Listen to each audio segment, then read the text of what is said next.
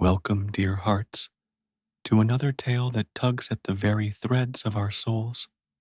Tonight, we journey into a world where fate's threads twist and bind two wounded spirits together, and where love's gentle hand can heal even the deepest scars. Have you ever believed in love at first sight, only to realize your vision was clouded by circumstance? May this story remind you that true love often arrives in disguise, and that every heart, no matter how guarded, deserves a chance to feel whole again.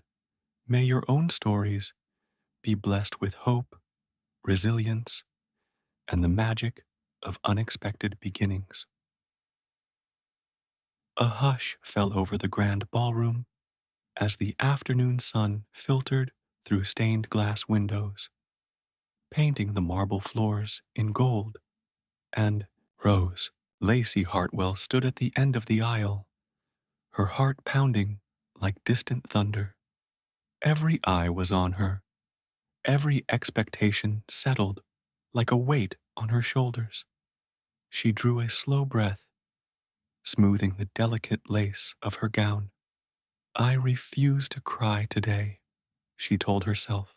I am not the girl who loses herself to her family's bargains.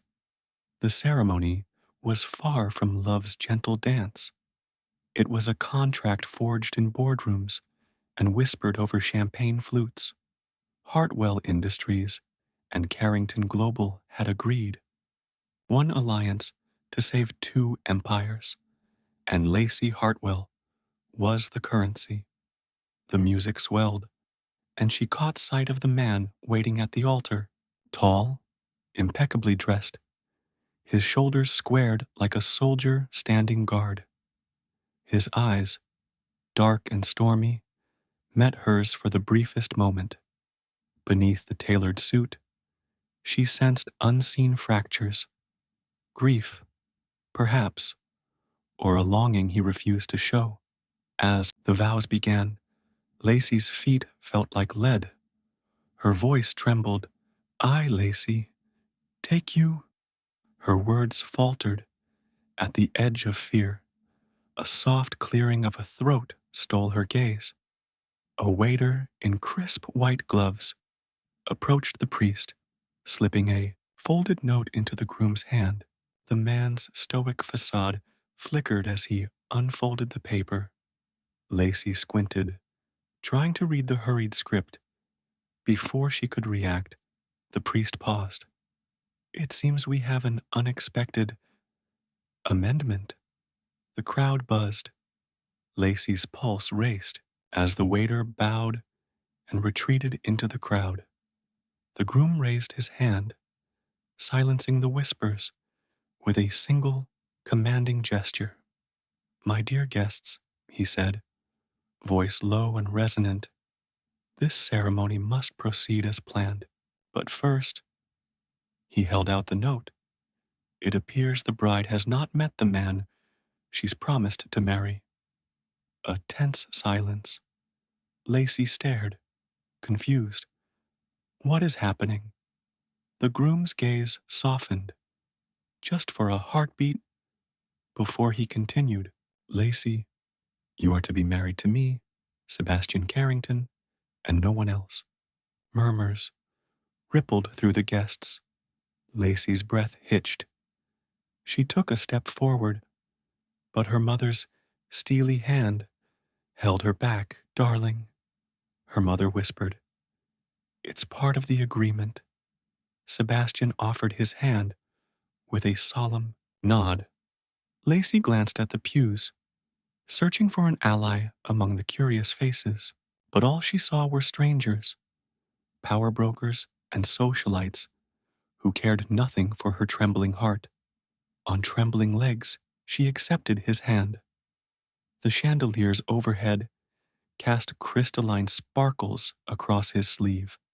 As they reached the altar, theology gave way to cold business. The priest's words resumed, and this time Lacey meant them, though every syllable tasted like ash. I, Lacey, take you, Sebastian. Her voice cracked. Sebastian's grip was firm, resolute, a stark contrast to her own uncertain pulse. They exchanged rings, his a simple platinum band, hers a thin circle of diamonds that caught the light like tears. I am trapped, she thought, and this man holds the key.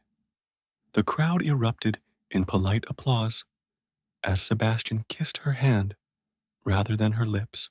A breath of scandal, swift and delicate, fluttered through the ballroom.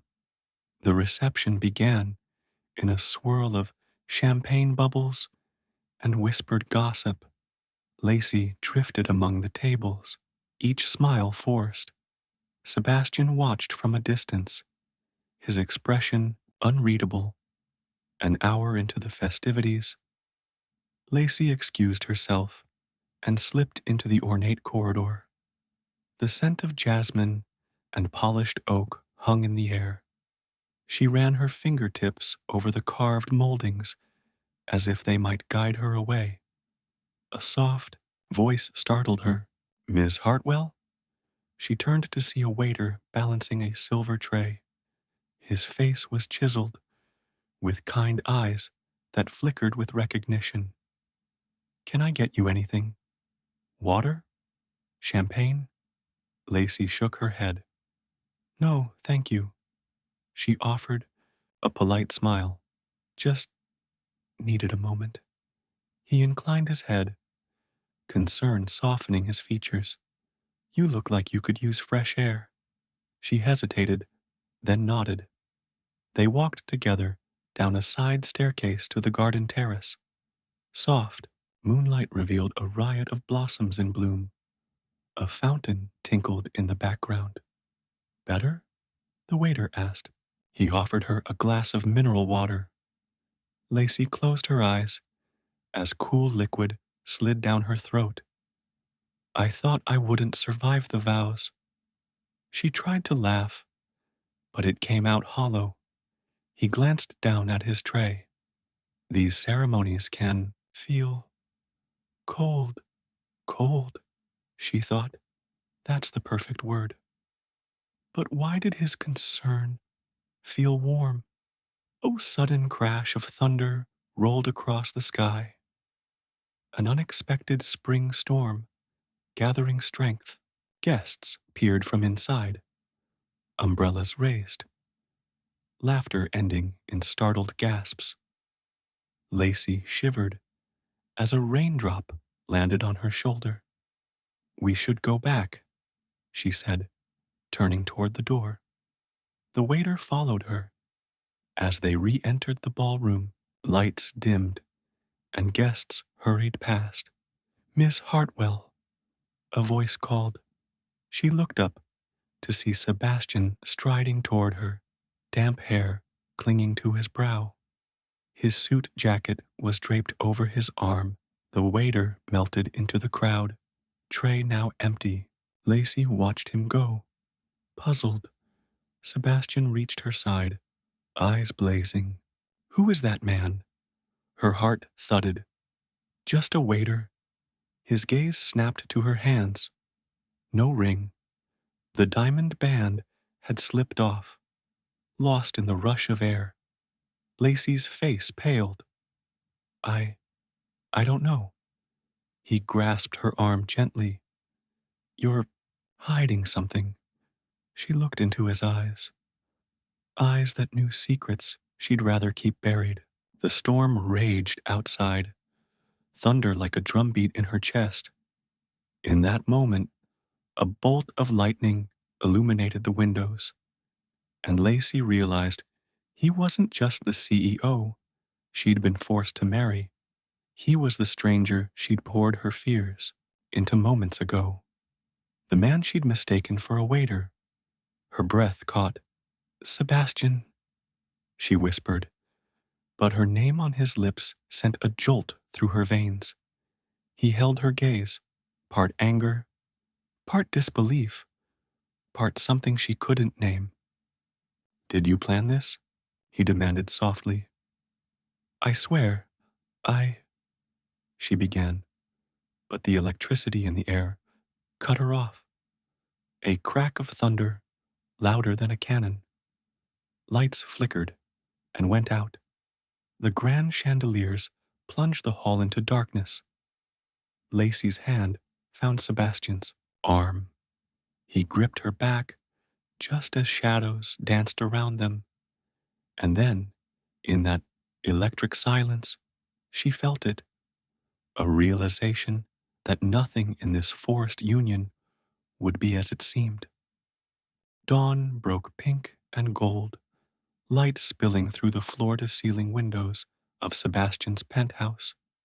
The city's hum rose below, honking taxis, distant sirens, the whisper of a waking metropolis. Sebastian Carrington awoke to emptiness. The sheets smelled faintly of jasmine, Lacey's signature perfume. He frowned, sat up, and found a single white orchid on the bedside table. No note, no explanation, just the faint echo of her unease. Why did she slip away so quietly? He dressed in crisp charcoal trousers and a white shirt before padding into the kitchen. The marble counters gleamed. A pot of coffee brewed, its steam curling into the morning air. He poured 2 cups, then paused. Only one footstep stirred behind him. Lacey entered in a soft robe, hair damp from a hurried shower. Her eyes were rimmed with fatigue and something more, guilt. "Good morning," she said, voice low, a tremor as she sat. He set a cup before her. "Did I wake you?" She took the mug, fingers trembling. "Just couldn't face everyone after last night." Sebastian stepped closer. "You think I'll hold it against you?" Her gaze flicked away. "He doesn't know me at all." "I don't know you," she whispered. His hand hovered above hers. "Then let me learn."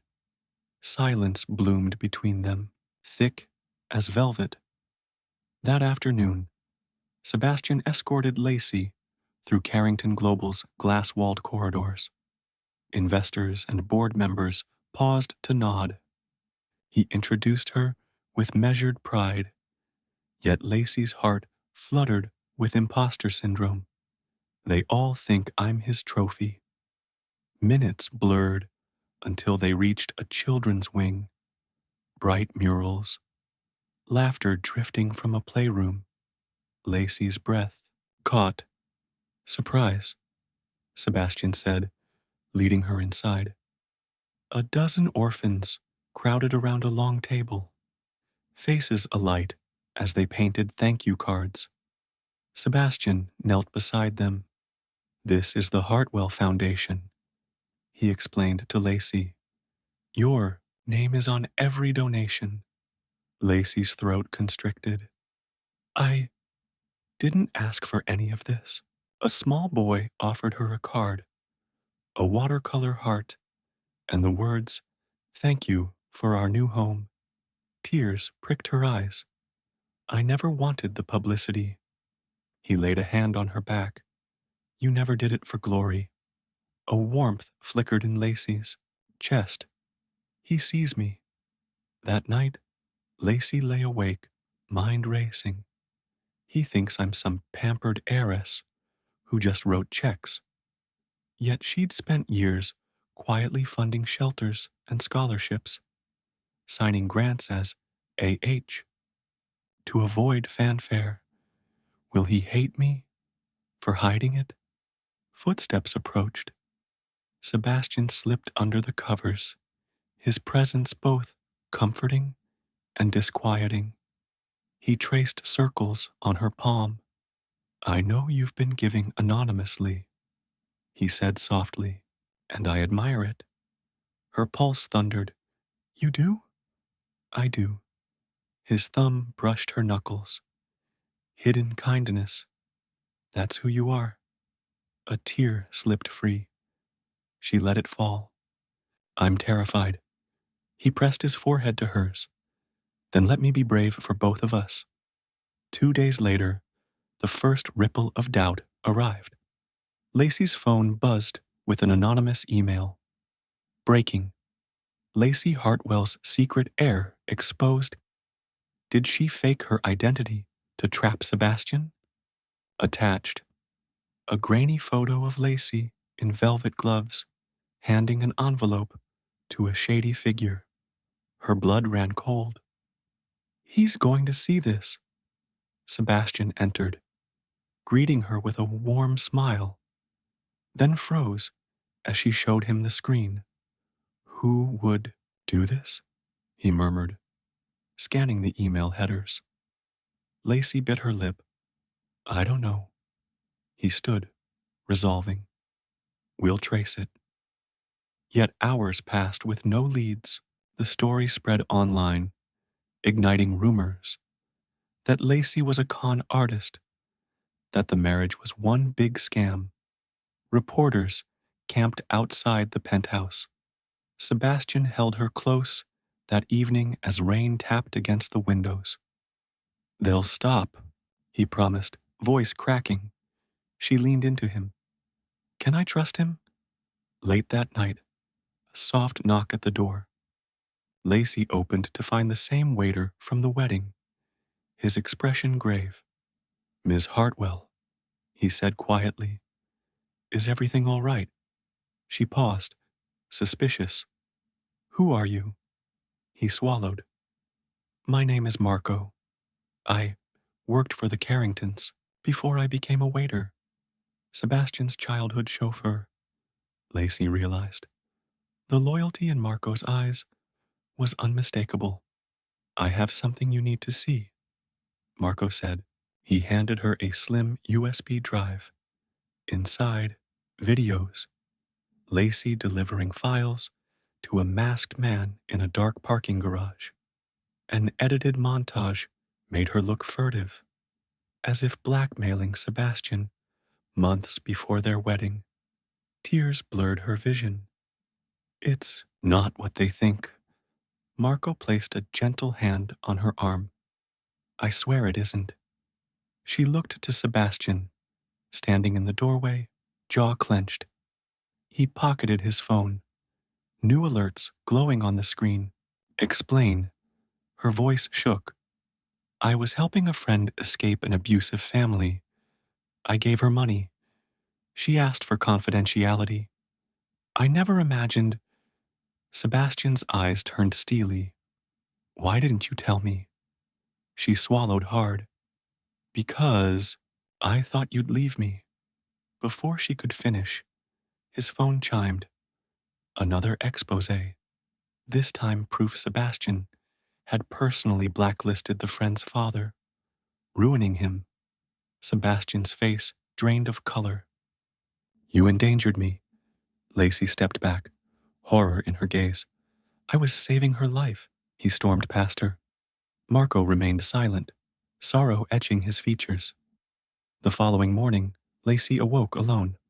A note lay on the pillow. I need time. Trust is built on truth. Her heart fractured. He's right. I broke us. She gathered her courage and returned to the children's wing of the Hartwell Foundation. The children's laughter met her, bright and unguarded. They pressed paper flowers into her hands. They believe in me, even when I fail. Resolved, she marched back to Carrington Global. Determination in every step. The boardroom was hushed. Sebastian stood at the head of the table, face pale. I have answers, she began, but I need you to hear me, without accusations. He crossed his arms. Lacey drew in a breath and spoke of her childhood friend's plight, of her secret donations, of every lie she'd told to protect him and others. For each revelation, Sebastian's face shifted. Anger, sorrow, understanding, then something softer. When she finished, the silence was heavy. Then Sebastian opened his mouth. I have secrets too.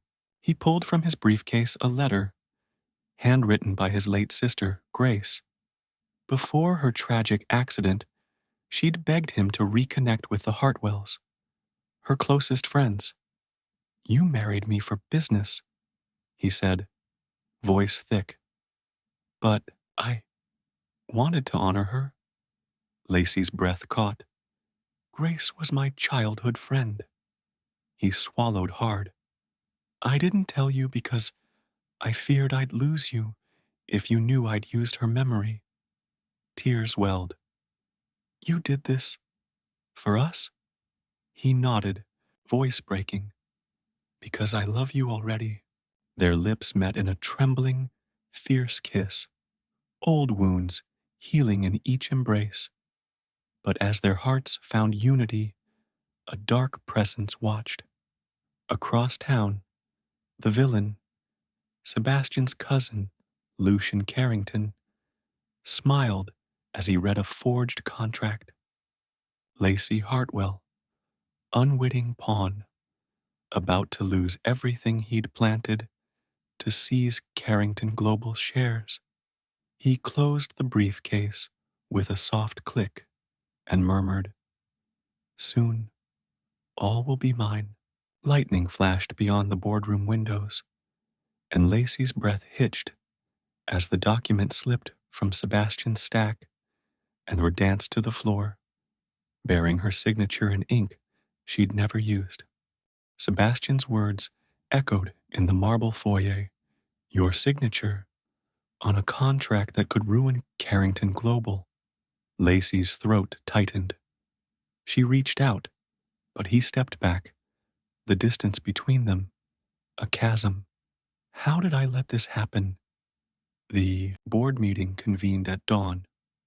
Glass walls framed the city haze as Sebastian stood at the head of the table, face ashen. Lacey entered, each step weighted with dread. A projector flickered to life, the forged contract, her name in dark ink. Gasps rippled around the table. We have a traitor among us, Lucian Carrington announced, voice cold. Someone who colluded with our rivals. Lacey's chest ached. Her voice cracked. It's not me. I can prove it. Lucian smiled, watching her unravel. Perhaps you should explain how you plan to sell your shares on the eve of our merger. Her protest died on her lips as Sebastian's eyes hardened. Later, she returned to the penthouse, now a silent battleground. Rain pounded the windows, each drop a drum of impending doom. The scent of jasmine was gone. The air smelled of fear. Sebastian stood by the balcony, shoulders hunched. He didn't turn. Lacey pressed her forehead against his back. His suit was stiff, unyielding. Sebastian, he exhaled, voice hollow. I need proof. Until then, we are over. Her heart fractured. Over?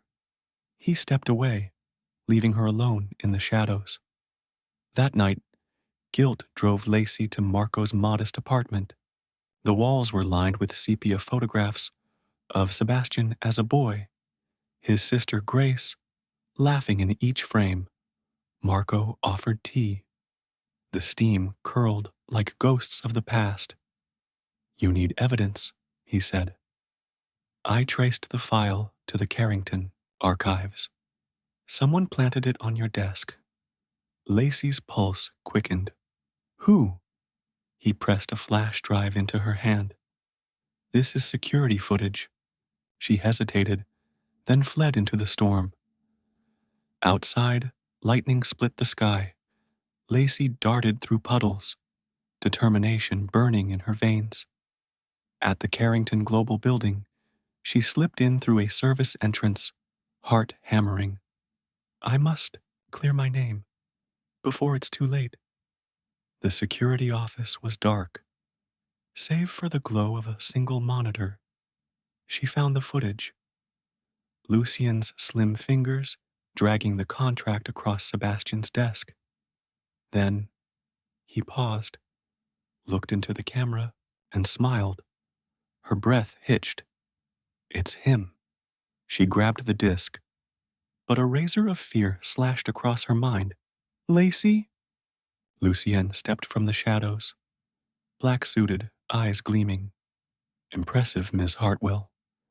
She spun, clutching the disc. You'll pay for this. He laughed. Soft. Dangerous. You think courage alone can save you? He raised a hand and pressed a hidden button. The door locked with a metallic click. Alarms blared. Red lights pulsed. Lacey's heart raced as Lucien advanced. Goodbye, Cinderella. He slashed the disc with a blade. Sparks flew as metal met plastic. Lacey cried out. Instinct stole her to the hallway. Lucien followed, snapping his fingers. 2 security guards appeared and seized her arms. She struggled, nails digging into their cuffs. A final flash of lightning revealed Lucien's triumphant grin. Enjoy your last night as Mrs. Carrington. They hauled her into a service elevator and down into the underground garage. The storm raged above. A sleek black car idled at the far end. Lucien shoved Lacey inside and slid into the driver's seat. Rain pelted the windshield like icy shards. He spoke calmly into a headset. Phase 2. Phase 2? She glanced at the passenger window. Dark figures approaching. The engine roared as the car lunged forward, but not toward the exit. Instead, Lucien swerved into a tangle of stacked crates and rusted machinery. The scent of gasoline and wet oil stung her nostrils. Lucien, what are you? His calm cracked. I'm sending a message. He stomped the accelerator. The car careened through the maze. Lacey's knuckles whitened as she braced against the door. Don't panic. Think. He steered toward a dead end. 8 metal walls closing in. Before she could react, he yanked the handbrake. The car jolted to a stop. Lucien reached into his coat and withdrew a gun. Please, Sebastian, he whispered into the headset. Confirm the merger, or she dies. Lacey's blood ran cold. The gun gleamed under the fluorescent lights. A thunderclap rattled the walls. Miles above, Sebastian stood on the penthouse balcony, storm blowing his coat. His phone buzzed. An unknown caller labeled Security Alert. He answered. Marco's frantic voice. She's in danger. Underground garage. You must hurry. Instinct ignited him. He bolted toward the door, but a thundering crash split the sky. The power went out. He cursed and leapt into the service elevator, descending 2 floors at a time. The corridors were pitch black. His footsteps echoed. No time to think. Just go. He found the garage entrance ajar. Rain soaked him instantly. A lone car headlight glowed at the far end. Sebastian sprinted, heart pounding like war drums. Back, below, Lacey stared at the gun aimed at her temple. Tears blurred her vision. Lucien's finger trembled on the trigger. Say goodbye. A thunderous roar shook the ceiling. The headlight flickered. Sebastian's silhouette filled the doorway. Stop, he screamed. Lucien turned the gun on his cousin. This is business. Sebastian took a step forward, voice unwavering. Let her go. Lucien laughed, voice echoing. Or what? Sebastian's jaw clenched. A crack of lightning illuminated his face. Rage and fear intertwined. In that charged instant, a stray bolt of lightning arced through a crack in the ceiling and struck a suspended metal beam. It crashed down, tearing across the garage floor. Lacey screamed as sparks flew. Sebastian lunged, pulling her to safety, but a shard of metal caught her side. She collapsed, blood blooming on her white blouse. Sebastian cradled her, rain and blood mingling on her skin. Lacey, her breath was ragged. I did this. For us. His hands shook as he pressed his jacket against her wound. Hold on. Lucian fled into the darkness as alarms wailed. Sebastian's world narrowed to her glassy eyes and the taste of rain on his lips. Lacey's fingers fluttered. I'm sorry. Sebastian's tears fell on her cheek. Don't you dare. She smiled faintly. Then her eyelids fluttered and closed. Silence swallowed the garage as Sebastian rocked her, rain washing over them. Rain-slicked concrete gave way to sterile white walls as Lacey drifted between shadows and light. The beeping monitors were a lullaby of hope and fear. Stay with me, Sebastian whispered, voice breaking. He pressed a cool hand to her forehead, heart pounding like a war drum. Detective Morales leaned in, voice low. We traced the crushed disc fragments. Lucian's fingerprints are all over the evidence. Sebastian's jaw clenched. Then bring him in.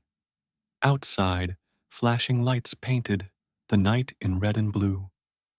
Lucian Carrington was led away in cuffs, his tailored suit now rumpled, arrogance stripped bare. He spat through clenched teeth. This isn't over. Justice always prevails, Sebastian vowed. Stepping forward, a cheer rose from onlookers as reporters clamored for statement. Weeks later, the sun warmed the Hartwell Foundation courtyard, where children danced among blooming jasmine. Lacey sat on a wrought iron bench, wrists free of hospital bands, hair wrapped in a soft scarf.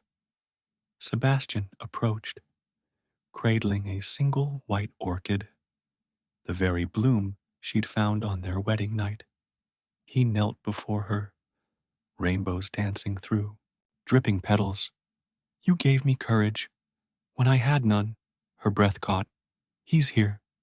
For me. He opened a small velvet box to reveal 2 rings. Hers, newly engraved. His, polished to a mirror shine. Marry me. Truly. This time, in love, rather than duty. Tears glittered on Lacey's lashes. She nodded, voice trembling. Yes. They slipped the rings onto each other's fingers as a gentle breeze carried the children's laughter. Back at Carrington Global's headquarters, shareholders gathered for the merger vote. Sebastian rose, gaze unwavering. I stand before you, not just as CEO, but as a man reborn by love and truth. He revealed Lucien's arrest, presented the unforgeable security footage, and vowed a new era of integrity. The board erupted in applause. Contracts signed, alliances solidified, bold change had come. That evening, under a canopy of lanterns in the garden terrace, Sebastian led Lacey to a small stage. A single spotlight illuminated him. He cleared his throat. Lacey, you taught me that love is the greatest act of bravery. He lifted a framed letter, Grace's final words. Tears spilled as he read, May your hearts always find home in each other. Lacey's hand flew to her mouth. Her blessing. He set the letter aside and drew Lacey close. I love you more than words can say. He pressed his lips to hers beneath a shower of rose petals. But somewhere in the crowd, a stranger watched, hand poised over a phone camera. The final twist flickered in the lantern light. The footage of Lucian's plot would soon go viral, exposing a network of deceit reaching far beyond the Carringtons. Thank you for joining this sweeping journey of secrets, sacrifice, and the indomitable power of love. Did this story touch your heart? Let me know in the comments. And don't forget to subscribe for more tales of romance, redemption, and unexpected beginnings.